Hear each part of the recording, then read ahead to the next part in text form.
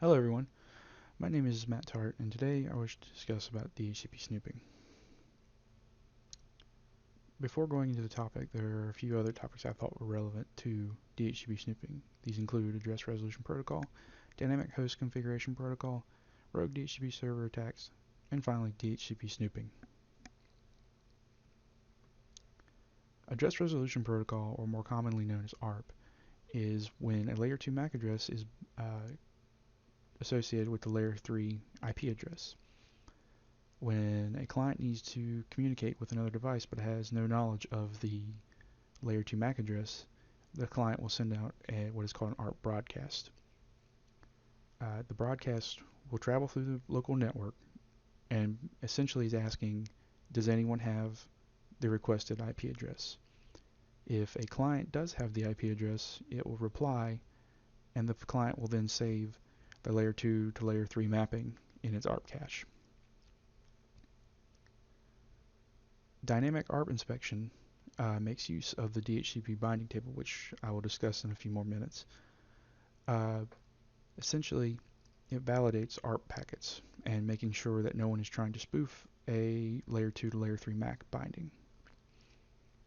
It essentially, as a packet reaches the switch, will look up the table and see if the two are correlated. If not, it will discard the packet. Next, Dynamic Host Configuration Protocol, or more commonly known as DHCP. DHCP is designed so that clients can automatically request for IP address rather than having a network administrator statically assign multiple IP addresses. In the information between the server and client, DHCP servers can, depending on what has been configured, a server can just essentially give an IP address or more information such as subnet mask and default gateway. Listed below is DORA, which is the process of accepting and leasing an IP address between a client and a server. As I just mentioned, DORA, which is the process of acquiring a DHCP address, is discover, offer, request, and acknowledge. The client, if it is configured for DHCP addressing, will first send out a broadcast on the local network.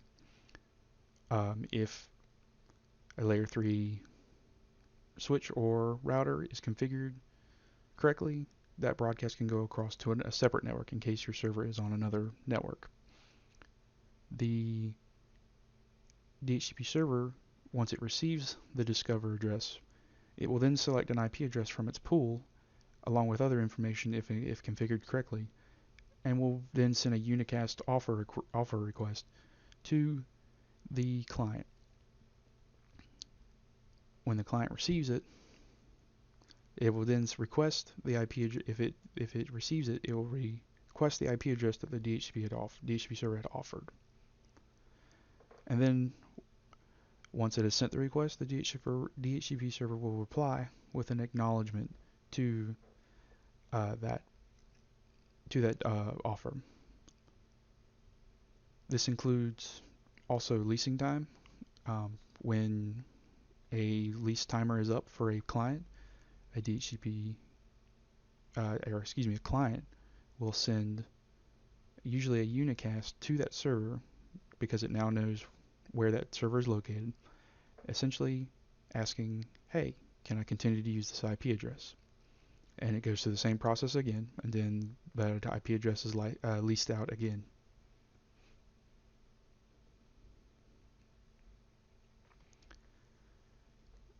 Rogue DHCP servers are essentially can be set up on a local network.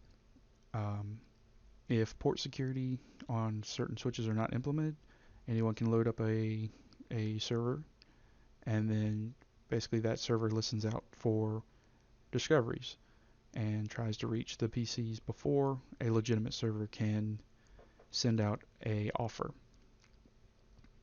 And so the Rogue DHCP server does the same process as any legitimate server, except within the information can sometimes will give the incorrect IP address in small cases where devices on that network can just no longer uh, receive or access the network just simply because it's in the wrong subnet. More malicious attacks can be where the default gateway has been configured so that the rogue DHCP server acts as the default gateway. Once the client has accepted the IP address, it will then begin to send traffic. But the client then sends traffic to the rogue DHCP server, assuming it's a default gateway. When that traffic passes through the rogue DHCP server, the rogue DHCP server examines each packet and then sends the packets off to its normal destination. This is essentially a man-in-the-middle attack, and the client has is not aware of any wrongdoing at all. Here is a more visual representation of what I just described. Essentially, an attacker plugs into a switch without any kind of security to it. The normal PC asks for DHCP IP address, and so the attacking DHCP server sends what seems like a legitimate packet, but is not. Once everything has been established, the legitimate PC begins to send traffic. The packets are then diverted to the attacker, then back through the switch and through the router and onto its destination. With this, the attacker is now seeing any information that's being inputted, personal information, passwords, credit card information.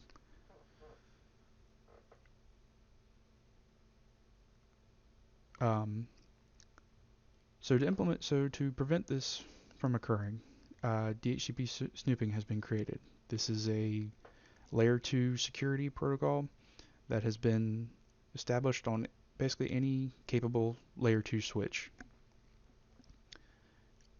When DHCP Snooping is enabled, the IP address or the binding table is created, and a correlation between a client and its leased address is created. As shown here, these are specified IP addresses that have been correlated to clients.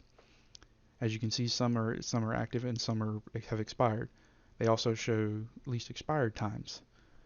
This is so that so that the system can keep up with what's available and what's not. So in case someone malicious is trying to attack your system, you can avert the problem before it gets too serious. The way DHCP snooping works is there are trusted and untrusted ports.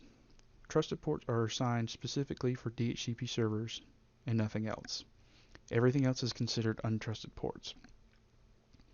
When a DHCP offer packet is sent on an untrusted port, that packet is dropped immediately and is assumed to be a rogue DHCP server. Only offer packets coming from trusted sources are allowed through the switch.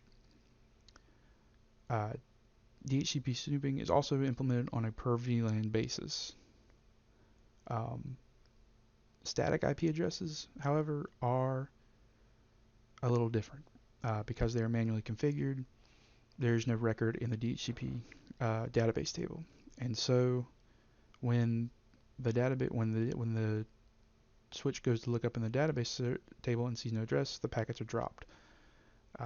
In order to configure this correctly, you have to configure an ACL or an ARP ACL.